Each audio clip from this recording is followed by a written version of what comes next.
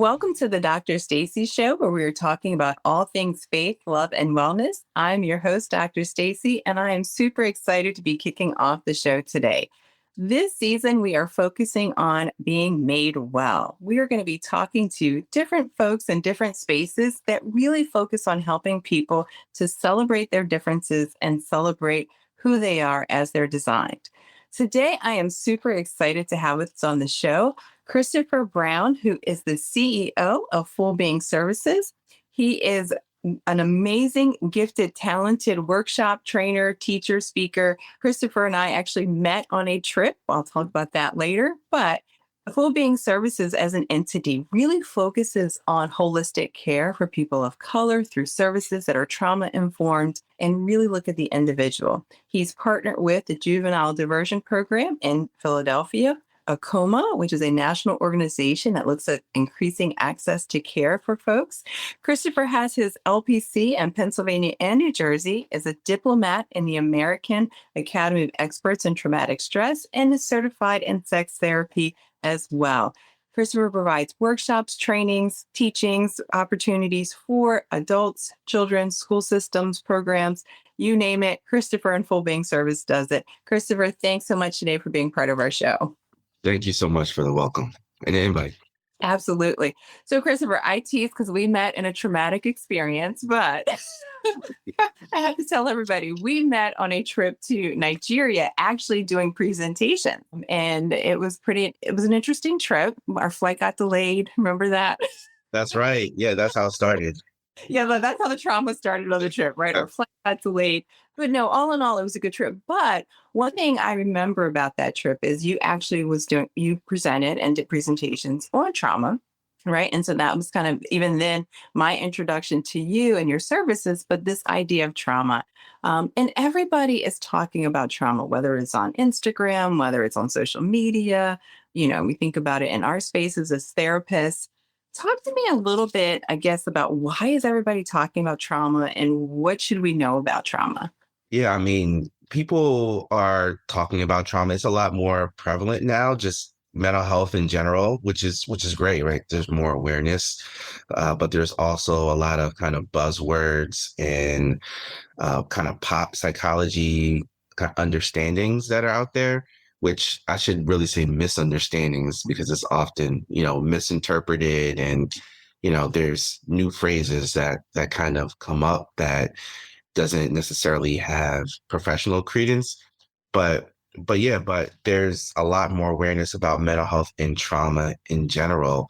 And especially as we look at things like social media and even the news, right? Where we are being exposed and re-exposed to traumatic events that aren't just traumatic in and of itself, but also being reframed contextualized in very harmful ways that, can be harmful against our identity, against our ancestry, against our background, against, our family and who we are as people, for some of us, even against our religious faith. So, yeah, I mean, just the understanding and the awareness of trauma has increased dramatically.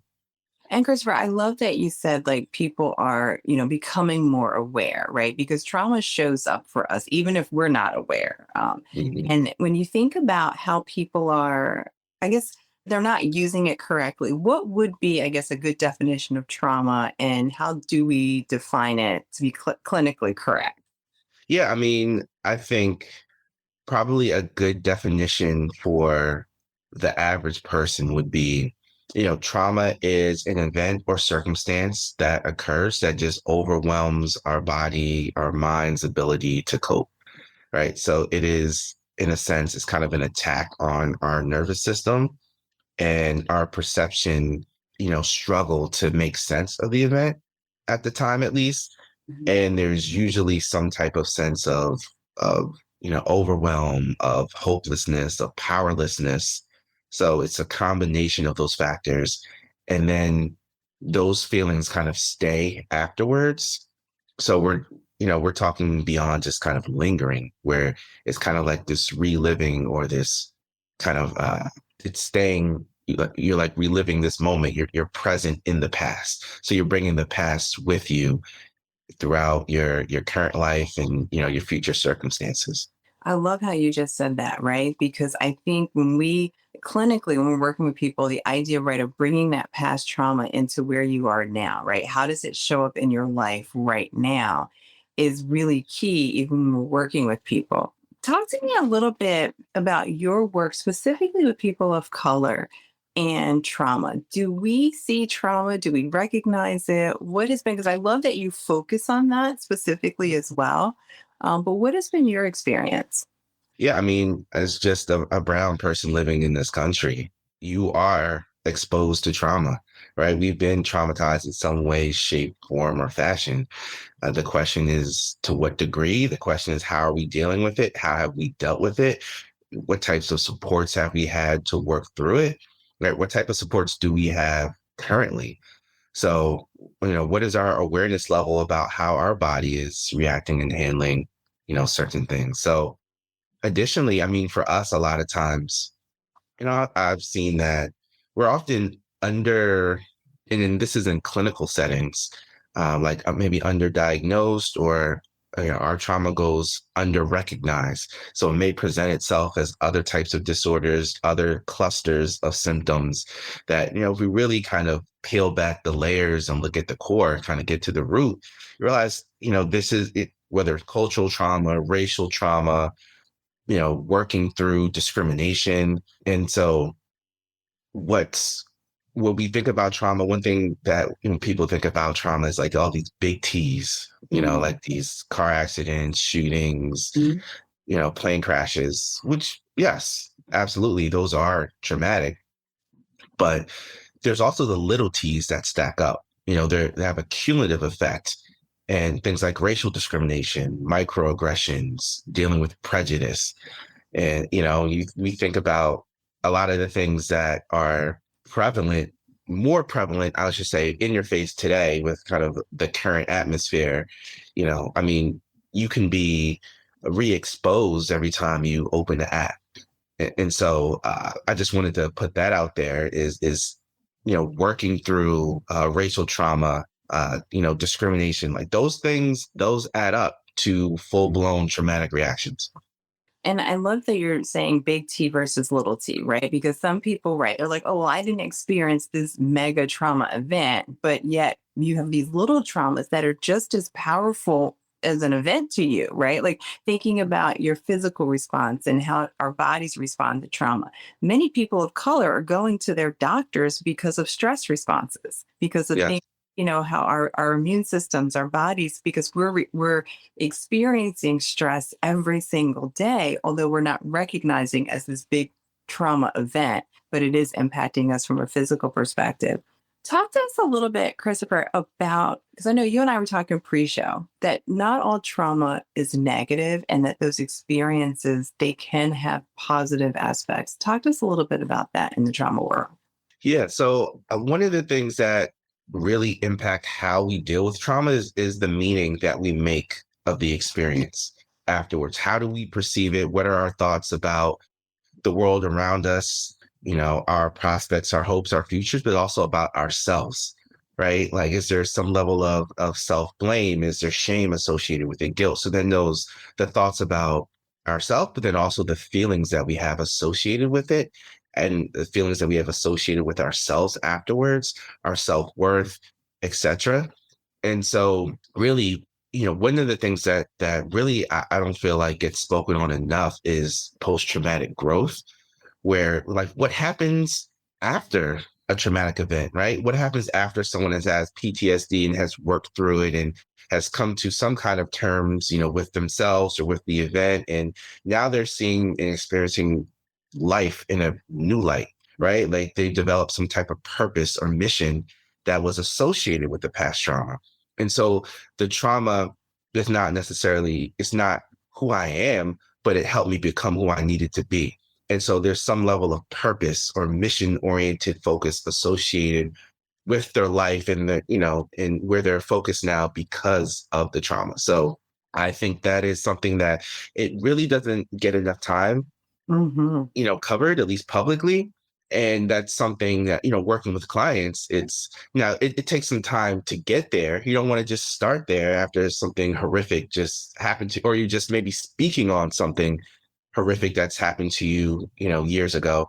But at some point, looking towards the future, like what is the meaning? How can I take meaning from this? Mhm. But I love how you said that because it is the idea of the meaning that we make of what we went through, right? And so Right. being able to have that growth post traumatic experience, many of us will say, I'm in that camp right now of like life after divorce, right? You've been through this experience that causes trauma, stress, all those kind of things. And it's like, who are you on the other side of that, right? Like becoming that person. But that's how we can experience trauma to say, but wait a minute, what did that experience teach me? How did I grow? How did I become, who I am today? And if it wasn't for that trauma, right? We talk about that too, that process, the crushing process sometimes that we go through in the experience.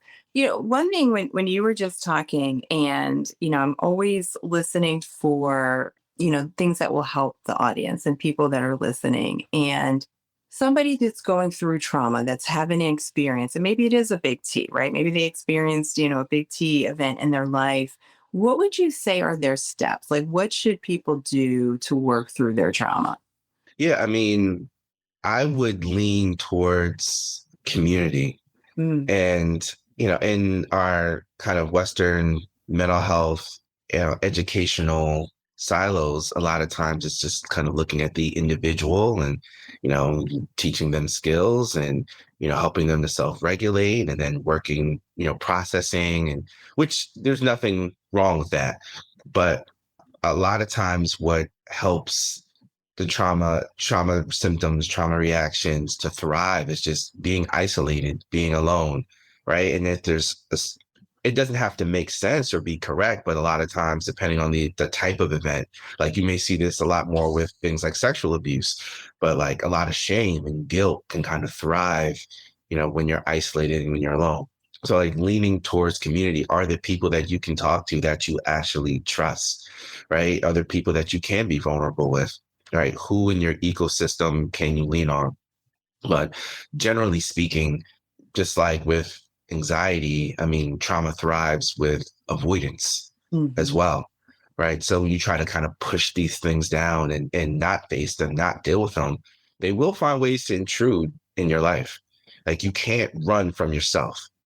And so are you taking that time?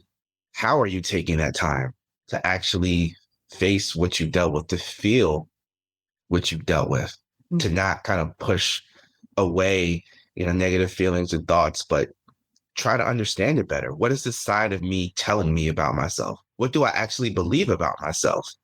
Right? Are we curious about ourselves versus just so uncomfortable that we don't even want to deal with it? Right? If you lock that door, it's going to find a window to come in. And you said something about time there because one of the things I know in trauma world, we're talking about adverse childhood experiences, right? And so the idea that we could have experiences that happen, let's say when you were 5 and 6 years old, but then at 40, it's still showing up for you. And Yeah. that's talk to people about, I guess, is it ever too late to deal with your trauma of stuff that happened when you were younger? Oh no, it's never too late. I mean, part of one of the beautiful things about being human, but just life on this planet is that, growth, like we are always growing until we die, Mm. right? Like we're on this arc where and growth slows down at a certain point, but it doesn't have to stop as long as we're here. And so how are we growing, right? I mean, physically, we stop growing at a certain point, right? Mentally, the brain has such plasticity that, as long as you're staying active, you're engaged, you're, crossword puzzles, Sudoku, reading, right? You're challenging yourself. I mean, the brain can last and be, fully kind of present and alert and aware long into, your 70s, your 80s, potentially beyond, right? Spiritually, right? How are you growing spiritually? How are you connecting to, your faith, nature, your creator?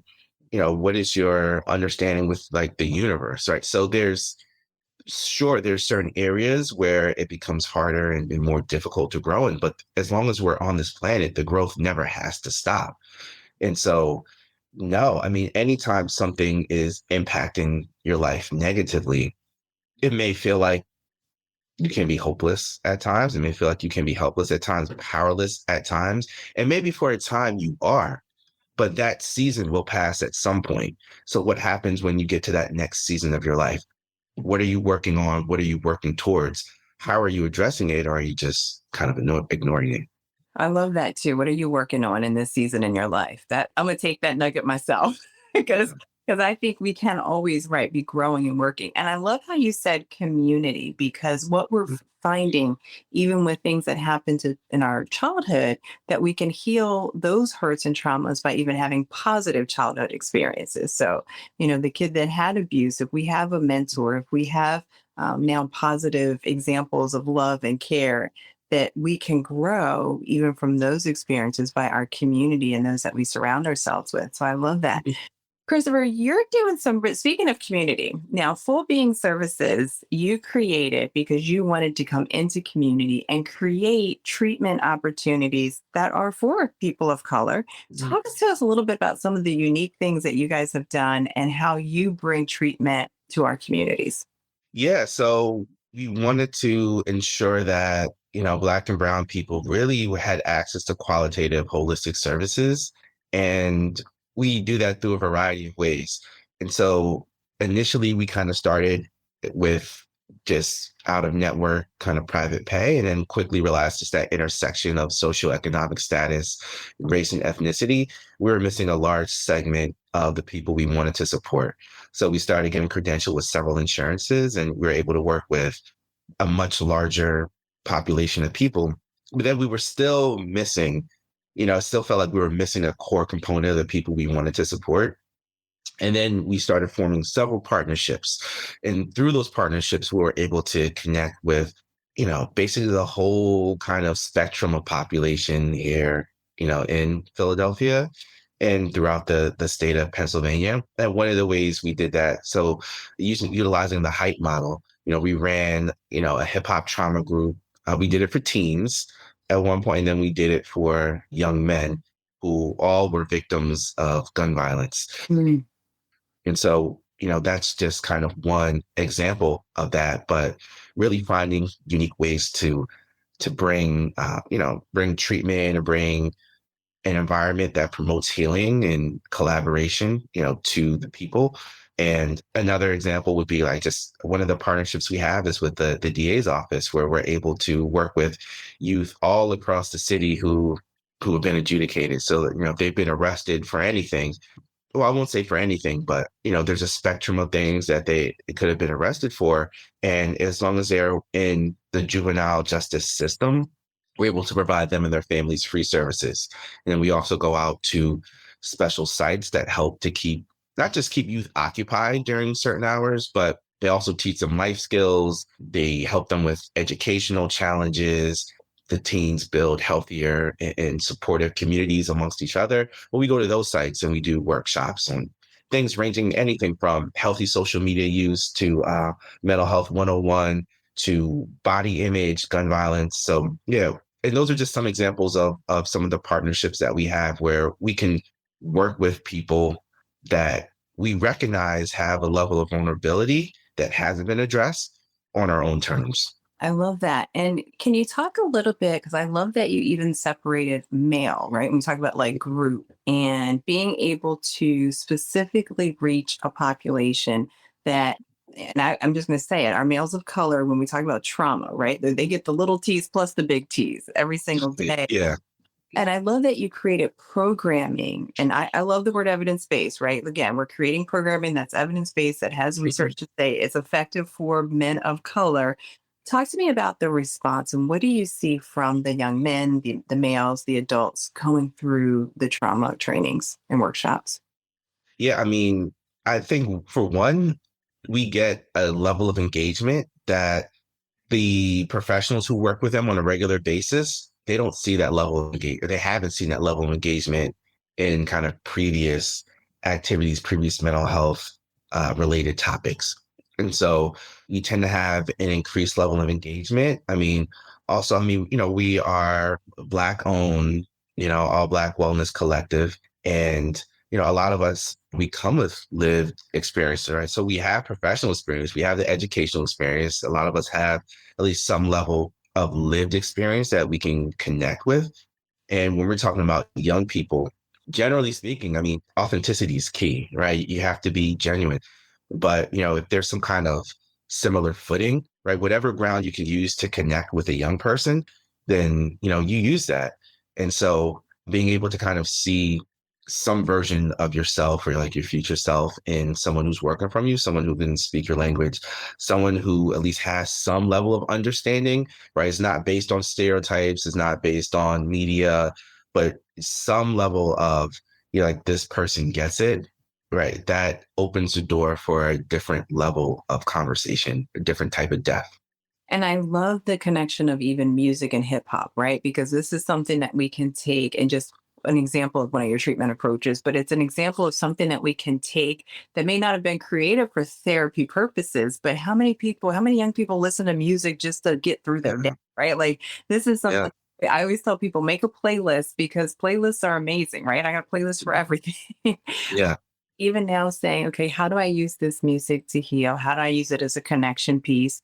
How do I use it to talk about some of the most difficult things? I had a young man in one of my sessions, he writes rap to be able to express the trauma and things that he's dealt with in his life. And so listening to, him was again, it took me as a therapist to say, okay, let me let this into our space. Let me let this into our sessions and how we do treatment is him recording, him doing his reps, him then sharing with me Mhm. what that meant and how he's dealing with things. So I love that. Christopher, when you think about where we still need to go in the space of trauma work, and I know all of us, in the helping profession, we can see all the problems, we can see all the good programming that's out there. Where do you feel we still need to go in order to help people, even in the current times that we're in? Because there's so much going on that causes even those little T's on a daily basis. Where do you see that we still need to go?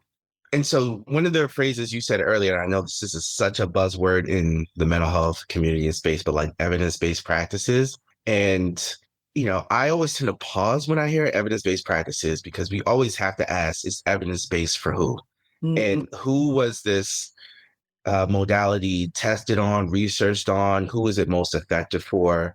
And it doesn't take away the utility of the modality of the training of the manualized approach, but does it work for the people who are in this room with me right now? Mhm. And so I think also leaning towards experience-based approaches Mhm. where, a lot of it's just kind of funny how things work. A lot of things come full circle when we talk about how the field started and Freud and Jung and Adler and, Carl Rogers, behaviorism all the way up to now, where it's like so many of these things in this field of psychology that are now considered tenets that are ubiquitous, and it's like you can't be an effective therapist without any of these things. They were present in indigenous cultures before this field of psychology even existed, but just because it wasn't considered evidence-based, right, there was no research done on it, through that Western lens, that it wasn't considered valuable. And because we have a group of professionals who then decided, oh wait, these things make sense, let's figure out how we should integrate it versus let's mirror, let's just integrate how it was done in the past. Like now it's considered valuable. So I think going back to what are some indigenous practices and music, right? So look at a lot of, especially like West African culture, where music was integrated into everything, all types of ceremonies and rituals that weren't, at times they were for healing, but even the ones that weren't, the focus wasn't healing, it had a healing impact. Mhm. And so, how can we dip into the wisdom of our ancestors, apply it to how we live in our experiences, right? Making it experience based to connect with more people. How do we get the funding for that without, people in white lab coats saying, we have to look at this over, this 10 to 20-year period and apply it in a way that works for this group of people and say it's universal. And so I think that is probably where we need the most growth.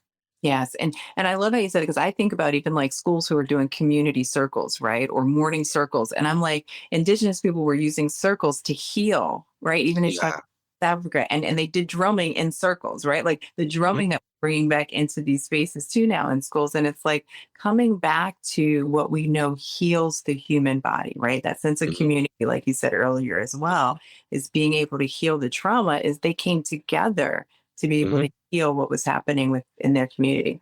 So, Chris, as we close out, what would be give maybe your tip, a final thought on trauma for maybe someone who's experienced trauma that might be hesitant to get help? What would be your advice to them? My advice would be you don't have to be alone with whatever you're dealing with.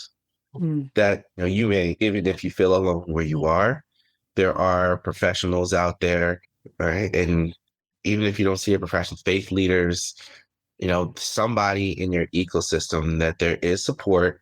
You don't have to be alone, and that there is light at the end of the tunnel.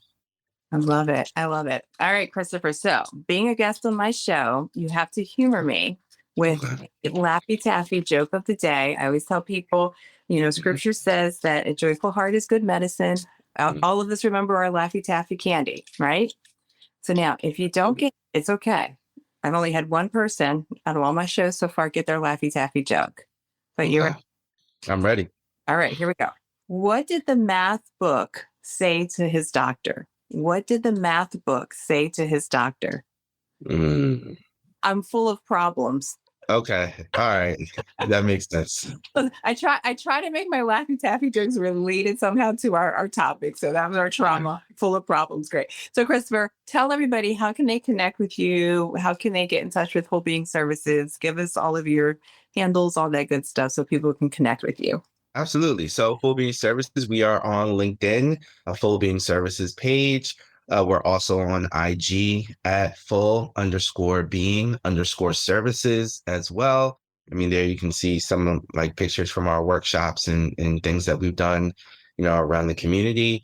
And additionally, you can also check us out on our website, fullbeingservices.com. So, in case you haven't noticed, the theme here is just the name, Full Being Services, website, IG, LinkedIn. If you want to shoot us an email, if you have questions, support at Full Being Services as well. Awesome. Thanks, Christopher. So, folks, before we go, I'd like to do our Love the Babies Well segment today, where we talk about really how we care about our children. And so, as we heard today, although trauma is something that we sometimes cannot avoid for our kids and families, we do know that we can heal through community. As Christopher said, bringing back some of our traditions that surround people so they're not alone, that they can heal with support and with one another. I think about the fact that we are raising up the next generation and they are walking through their experiences based on how we've even handled our own trauma. So, parents, I encourage you to get support for yourself, but also get support for your young people. Thanks so much, folks, for tuning in to the Dr. Stacy Show. Until next time, keep the faith, love the babies, and pursue wellness.